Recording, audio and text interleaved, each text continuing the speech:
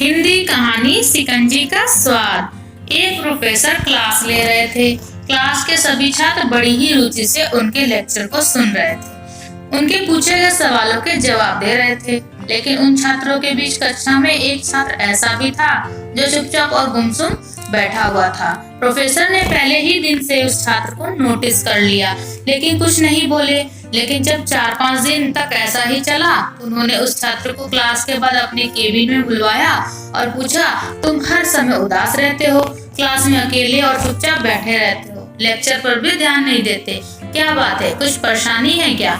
Sir, वो छात्र कुछ हिचकिचाते हुए बोला, मेरे अतीत में कुछ ऐसा हुआ है जिसकी वजह से मैं परेशान रहता हूँ, समझ नहीं आता क्या करूँ। प्रोफेसर भले व्यक्ति थे। उन्होंने उस छात्र को शाम को अपने घर बुलवाया। शाम को जब छात्र प्रोफेसर के घर पहुंचा तो प्रोफेसर ने उसे अंदर बुलवाकर बैठाया। फिर स्वयं किचन में चले गए और शिकंजी बनाने लगे। उन्होंने जानबूझकर शिकंजी में ज्यादा नमक डाल दिया।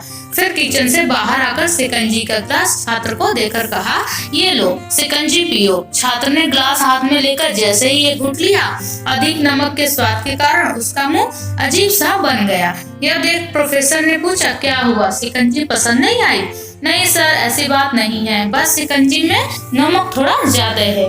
छात्र ने बोला, अरे अब तो ये बेकार हो गया, लाओ गिलास मुझे दो, मैं इसे फेंक देता हूँ।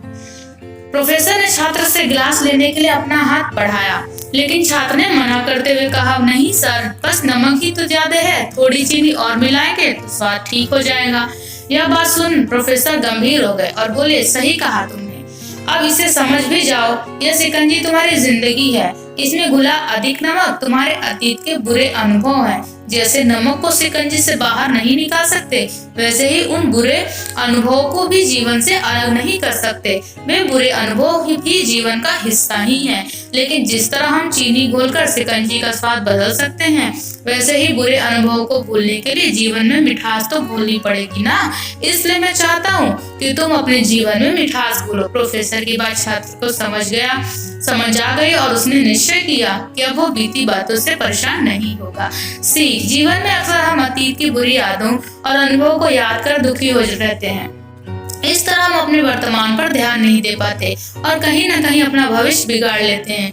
जो हो चुका उसे सुधारा नहीं जा सकता, लेकिन कम से कम उसे भुलाया तो जा सकता है, और उन्हें भुलाने के लिए नई मीठी यादें हमें आज बनानी होंगी। जीवन में मीठे और खुशनुमा लम्हों को लाइए, तभी तो जीवन में मिठास आएगी। Thank you so much for watching. Do like, share and subscribe my channel. Bye bye.